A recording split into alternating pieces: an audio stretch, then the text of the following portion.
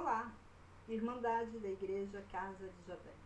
Aqui estou eu e hoje eu vou vir falar com vocês a respeito da reencarnação. Uns acreditam, outros não.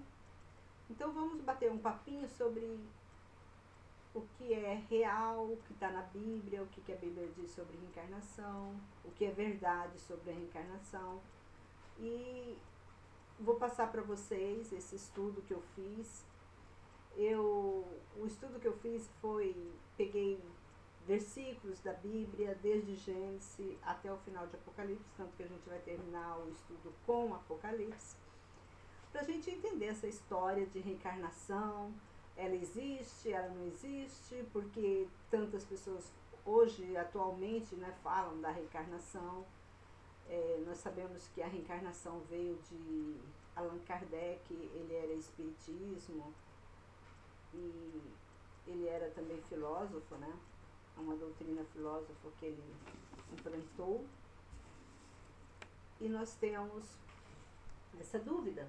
Então vamos sanar a dúvida de alguém, das pessoas, porque no meu blog no Facebook e no meu blog também,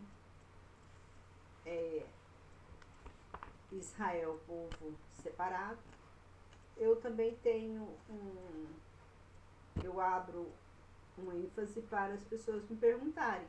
Então essa pergunta sobre a reencarnação, se ela existe, eu tive muitas pessoas têm curiosidade de saber se realmente existe reencarnação, porque nós estamos vivendo num momento que tem muita gente falando sobre a reencarnação. Então vamos lá, eu fiz um estudo e eu vou ler esse estudo falando detalhes para vocês. Reencarnação existe no mundo bíblico? Essa foi a pergunta. Aí eu estou falando, o espiritismo kardecista é uma doutrina religiosa de cunho filosófico e científico. A crença da religião se dá na constante evolução espiritual do ser humano, através das reencarnações, mas como veremos a seguir, não há nenhum baseamento bíblico. Então vejamos. O nosso estudo se dará no início de Gênesis, como eu já te falei, até Apocalipse.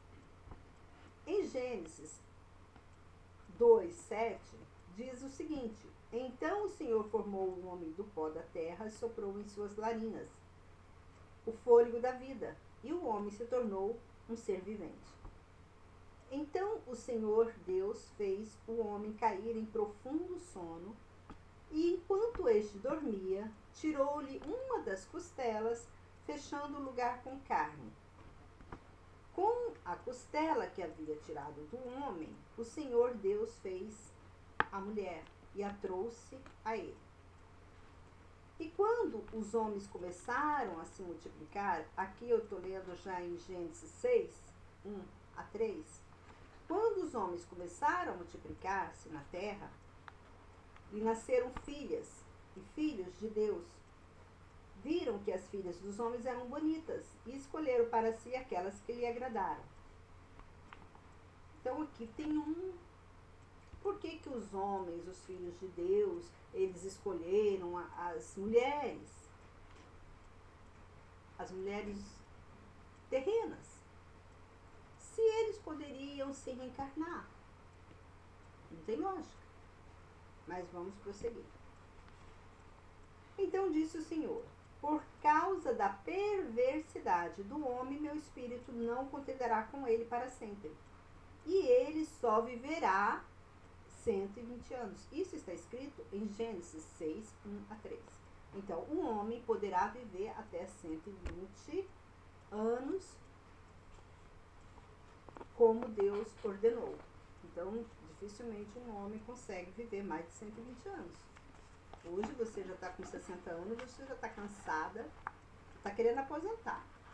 Eu nem digo 60 anos, eu digo menos. Hoje tem muita gente aí que está com 40, com 50 anos, já tem trabalhado tanto, principalmente nessa época nossa que a mulher precisa de ter 2, 3 empregos, o marido precisa de ter vários empregos, principalmente para conseguir, né, trazer um alimento para dentro de casa.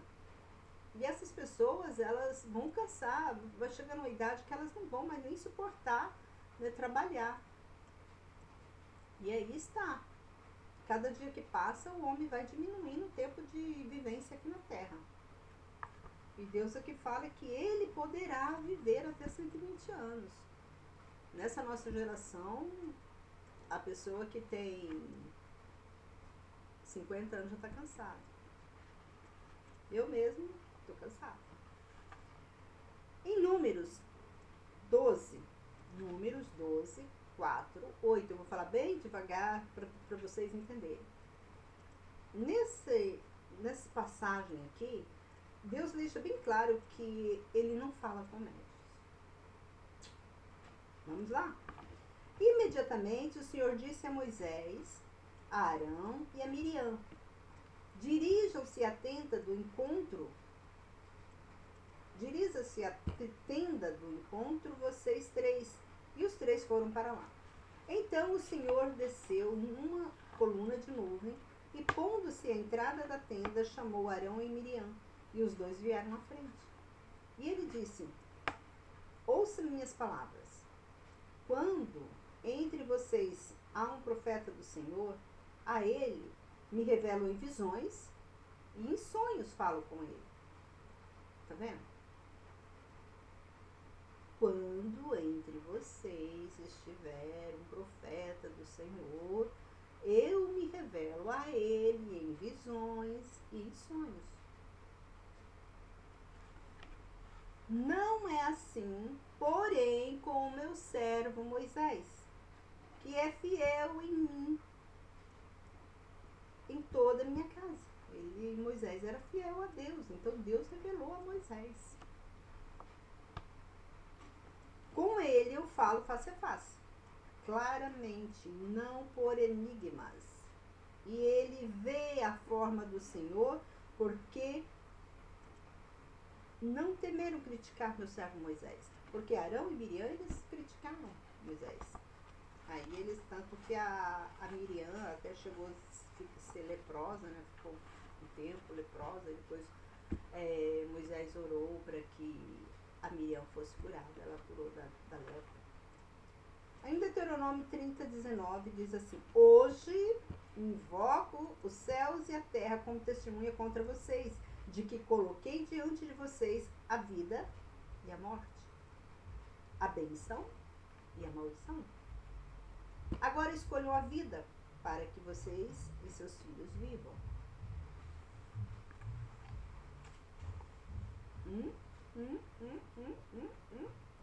A bênção e a maldição. E aí? Vou ter reencarnação? Você já colocou a bênção e a maldição? Vamos continuar. Eclesiástico 9, 5 e 6. Pois os vivos sabem que morrerão, mas os mortos nada sabem. Para eles não haverá mais recompensa. O que está escrito aqui? Vamos ler de novo. Eclesiástico 9, 5 e 6. Pois os vivos sabem que morrerão, mas os mortos nada sabem. Para eles não haverá mais recompensa, e já não se tem lembrança deles. Para eles o amor, o ódio e a inveja há muito desapareceram. Nunca mais terão parte em nada do que acontece debaixo do sol. Uau!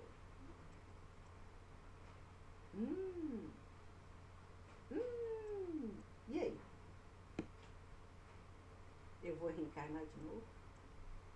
A Bíblia diz que não. A Bíblia diz que não. Não vai. Agora, eles estão mortos. Vamos lá em Isaías 26, 14. Agora, eles estão mortos, não viverão. Não são sombras, não ressuscitarão. Tu o castigastes, o levaste à ruína, apagaste por completo as lembranças deles. Aqui Deus fala dos pecadores. As pessoas que morrem sem Deus, Deus apaga por completo a lembrança deles.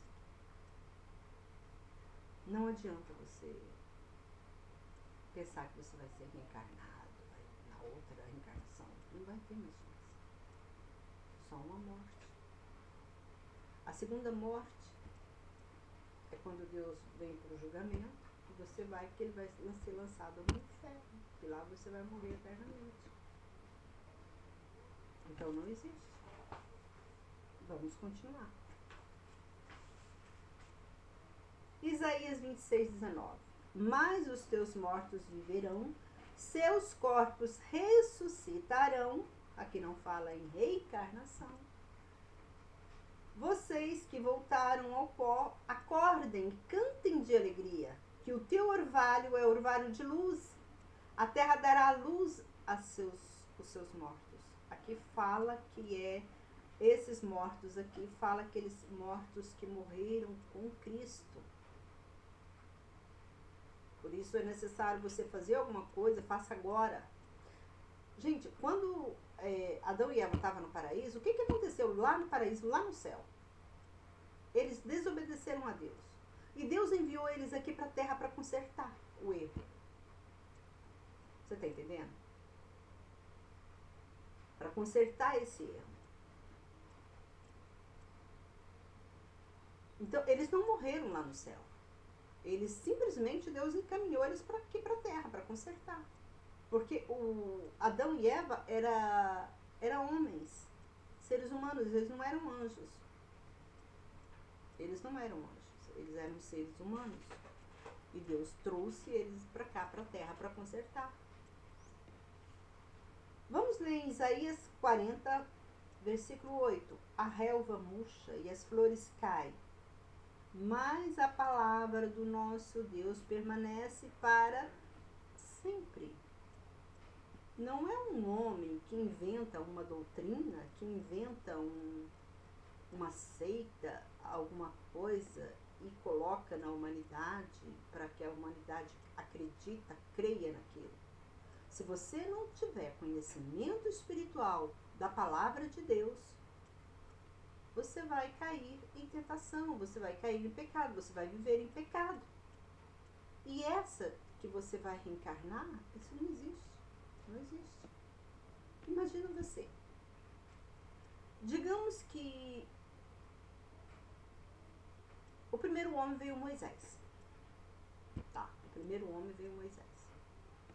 O segundo homem, digamos que a reencarnação, Moisés reencarnou e virou eu, a Ana. Só que a Ana tem um espírito. A Ana tem um nome. A Ana tem um corpo. Moisés teve um espírito, Moisés teve um corpo.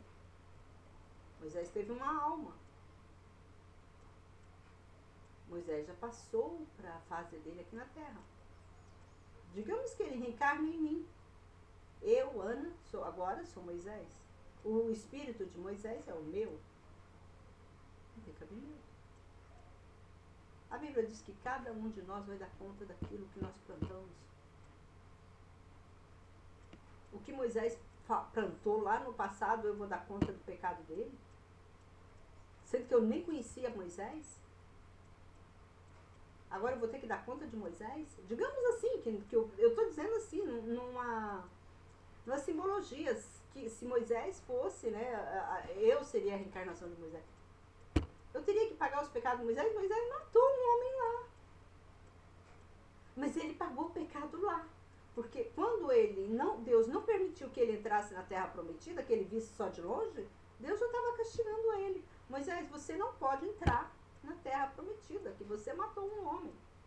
Deus não falou claramente que matou um homem, mas ele estava com mãos sujas, né? Então ele pagou.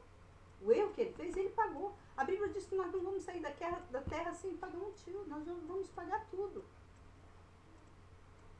E se você, suponho que se uma pessoa assassina a outra pessoa, digamos que eu matei um homem. O homem era inocente. Eu matei o homem ainda não era para morrer aquele dia.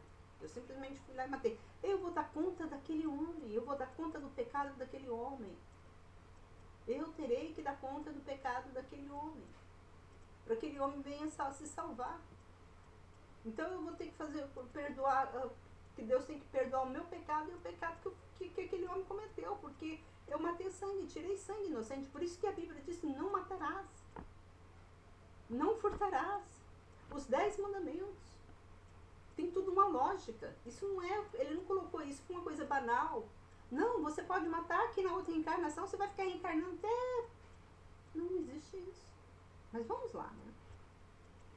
Isaías 40, versículo 8. A relva murcha e as flores caem, mas a palavra do nosso Deus permanece para sempre. Ezequiel 37, esse daqui é compridinho, do 4 ao 14.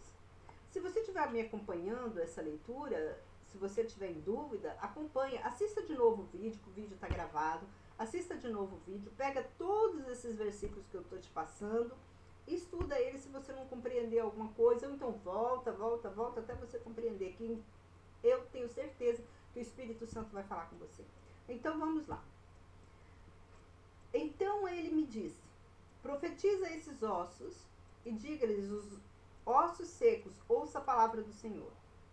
Assim diz o soberano Senhor a estes ossos: farei um espírito entrar em vocês, e vocês terão vida. Porém tendões em vocês, e farei aparecer carne sobre vocês. Eu cobrirei com pele, porei um espírito em vocês, e vocês terão vida. Então vocês saberão que eu sou o Senhor. E eu profetizei conforme a ordem recebida. E enquanto profetizava, houve um barulho, um som de chocalho, e os ossos se juntaram, osso com osso. Olhei, e os ossos foram cobertos de tendões e de carne, e depois de pele, mas não havia espírito neles. A seguir ele me disse: profetize ao espírito, profetiza, filho do homem, e diga-lhes: assim diz o soberano Senhor: venha desde os 4 ventos, ó espírito, e sopra dentro desses mortos para que vivam. Profetizei conforme a ordem recebida, e o espírito entrou neles, e eles receberam vida e se puseram de pé. Era um exército enorme.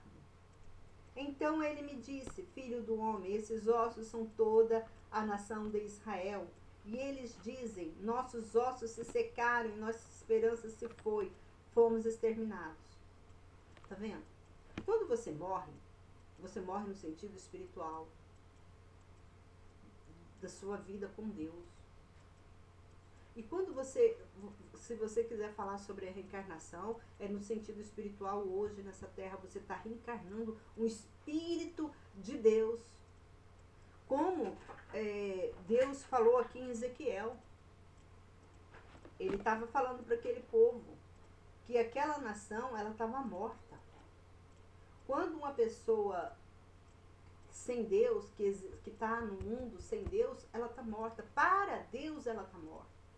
Por isso que é necessário o batismo nas águas.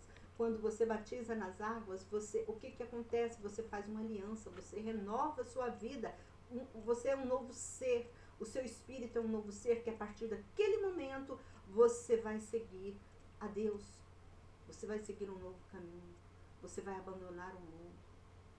Na Bíblia está escrito: abandoneis o mundo e tudo que o mundo há. Você tem que morrer por mim. Se tiver reencarnação, você tem que reencarnar nesse sentido. Reencarnar num espírito de verdade, num espírito puro, enquanto você estiver aqui nessa terra. Porque passando disso aqui, você não vai ter mais outra chance de vida. É assim que fala aqui. Está bem claro, essa passagem aqui que Ezequiel falou, está bem claro o que Deus está falando.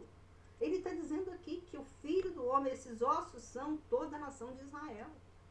Aquele povo vivia em pecado, em escuridão, eles viviam profanando o nome de Deus.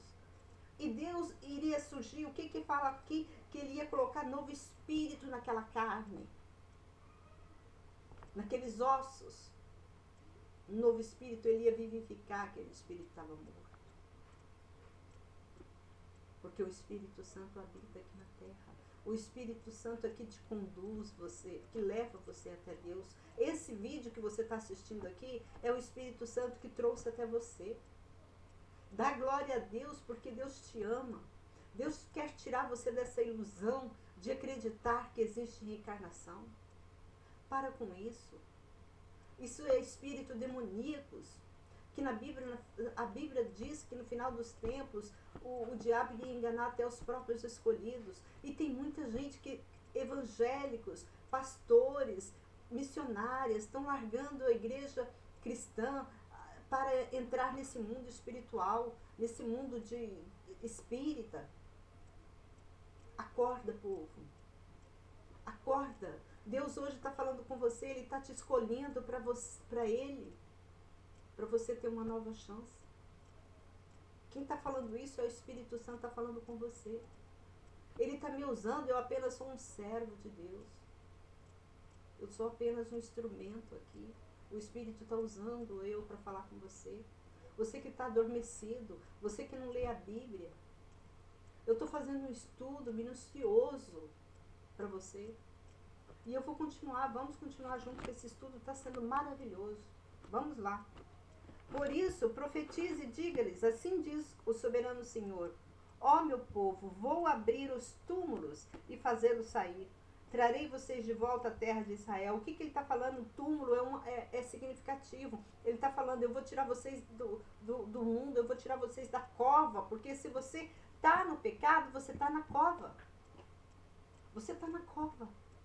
Ele vai ressuscitar você. E aqui ele diz: e quando eu abrir os seus túmulos e os fizer sair, vocês, meu povo, saberão que eu sou o Senhor. Porei o meu espírito em vocês, e vocês viverão, e eu estabelecerei em sua própria terra. Então vocês saberão que eu, o Senhor, falei e fiz seus companheiros palavras do Senhor. Daniel 12, de 1 a 2. Naquela ocasião, Miguel, o grande príncipe que protege o seu povo, se levantará. Haverá um tempo de angústia, tal como nunca houve desde o início das nações e até então. Mas naquela ocasião, o seu povo, todo aquele cujo nome está escrito no livro, será liberto. Multidões que dormem no pó da terra acordarão, uns para a vida eterna, outros para a vergonha, para o desprezo eterno. Vamos voltar na reencarnação? Como eu falei, todo nome do justo, aqueles que andam, aqueles que andam no caminho de Deus, ele tem um nome escrito no céu. Como o exemplo que eu dei passado. Moisés andou no caminho de Deus. Moisés está com Deus. Porque naquela época do passado eles estavam com Deus. Então Moisés foi para o céu. Hoje ele está lá no céu com Deus. O nome dele foi escrito, Deus levou ele para o céu. Hoje ele caminha lado a lado com o céu e a gente sabe disso. Porque lá no Novo Testamento Deus fala sobre isso. Então vamos lá. Como que Moisés vai reencarnar? Como eu já vi muitas pessoas aí diz que está reencarnado de Moisés. Muitas pessoas. Engraçado que não é um espírito não. É várias pessoas dizem que está reencarnado de Moisés. Poxa vida, então Moisés tem vários espíritos? E outra coisa. Se Moisés, se o nome de Moisés, vamos dizer que Moisés está com o nome escrito lá no céu. Aí ele reencarna em mim, Ana. Ele era homem na última reencarnação e agora em mim, hoje ele é mulher. Meu nome é Ana. Moisés era Moisés. O nome dele de Moisés estava escrito no céu. E eu tenho um espírito. Eu não me lembro de Moisés. Eu nunca me lembro que eu fui homem. Eu não tinha esse poder todo, né? De tacar a varinha lá no Mar Vermelho, o Mar Vermelho. Mas eu tenho o poder para falar com você. Porque eu também sou filha de Deus. E o meu nome está escrito lá no céu. O meu nome está escrito lá no céu. O meu nome está escrito lá no céu. Agora você já imaginou se fosse a encarnação de Moisés? Quem seria eu? Hã? Quem seria eu? O meu espírito tem o fôlego de vida. Teria lógica? A encarnação não tem lógica. Não tem cabimento. Isso é coisa de pessoas, digamos, até loucas. Não tem cabimento. Não podemos acreditar nessas coisas. Porque não é eu que estou falando, é a palavra de Deus. Eu estou mostrando para você dentro da palavra de Deus. Se você está duvidando, dê aqui, ó, em Daniel 12, 1, 2. Olha aqui. Mas naquela ocasião, o seu povo, todo aquele cujo nome está escrito no livro, será liberto. Multidões que dormem no pó da terra acordarão, uns para a vida eterna, outros para a vergonha, para o desprezo eterno. Oséias 13, 14. Vamos continuar. Eu os remirei do poder da sepultura e os resgatarei da morte. Onde estão, ó morte, as suas pragas? Onde estão, ó sepultura, a sua destruição? Não terei compaixão alguma. Ele diz isso. Não terei compaixão alguma. Abacuque 2 e 4. O ímpio está envaidecido, seus desejos não são bons, mas o justo viverá pela sua fidelidade.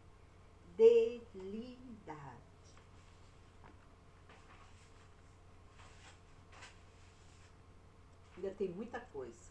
Já tem meia hora que estamos em vídeo, mas tem muita coisa. Vamos continuar. Mateus 7, 13, 16. Entre pela porta estreita, pois larga é a porta e amplo o caminho que leva à perdição. E são muitos os que entram por ela. Vamos ler de novo? Entre pela porta estreita. A porta estreita é a porta que leva a Deus. Por que porta estreita? Porque Deus proíbe. Proíbe carnaval, proíbe matar, proíbe roubar, proíbe adulterar, proíbe um monte de coisas. Um monte de coisas. Deus proíbe. Roubar, fingir, né? Ter ciúme, ter inveja. Deus proíbe um monte de coisa. Então o caminho dele é o quê? É estreito. Se você quiser andar no caminho de Deus, é estreito.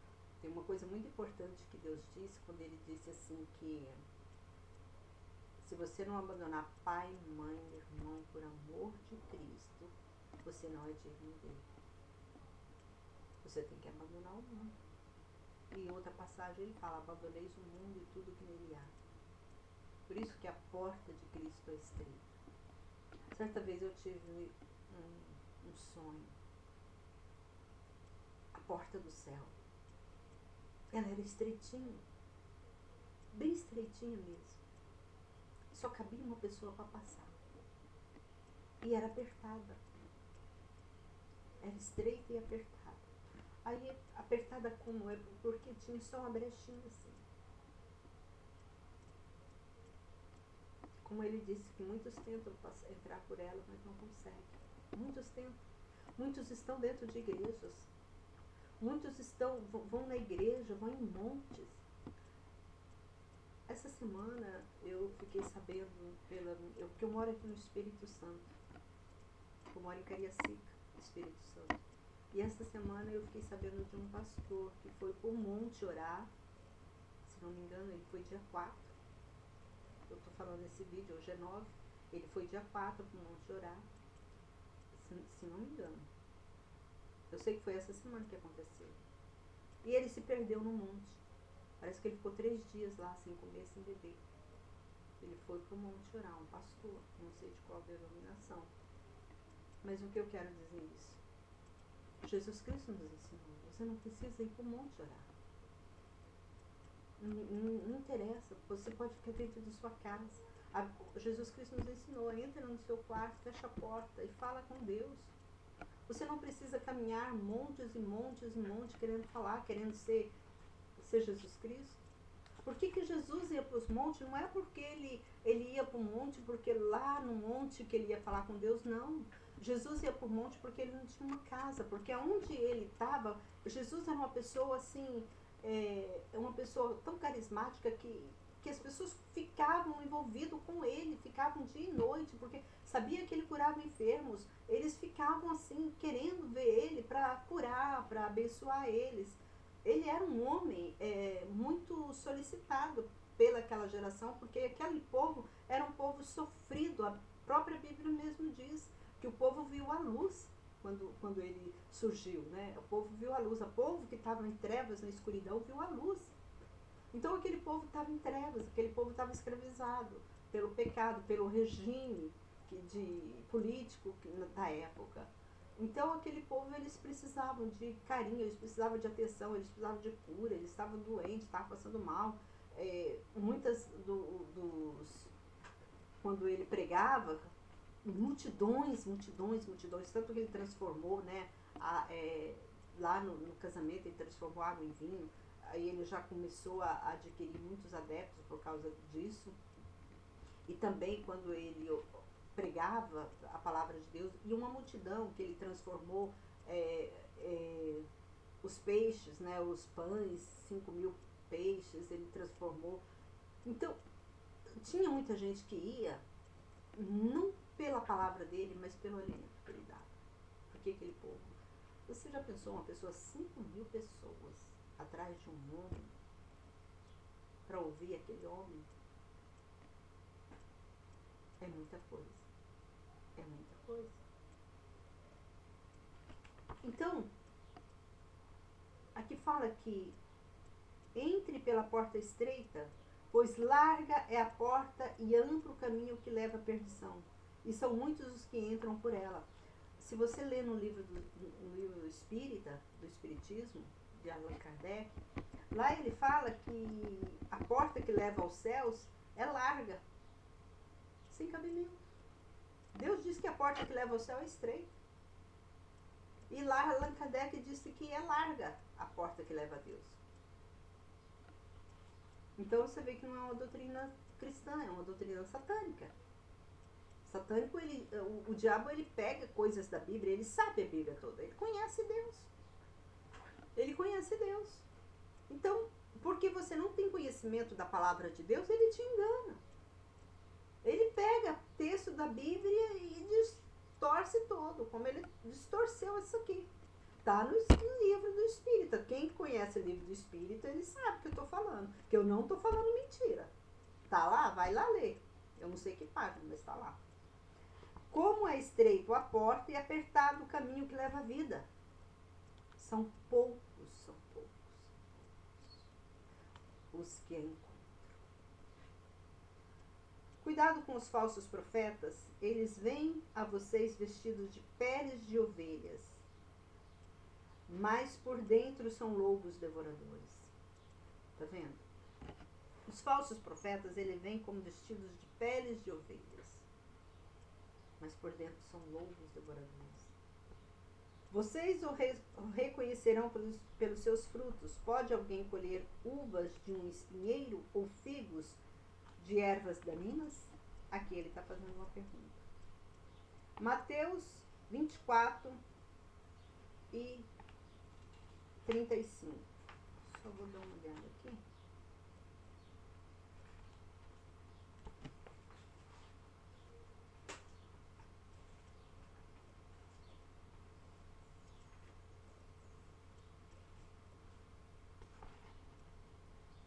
O céu e a terra passarão, mas minhas palavras jamais passarão. Só um minutinho.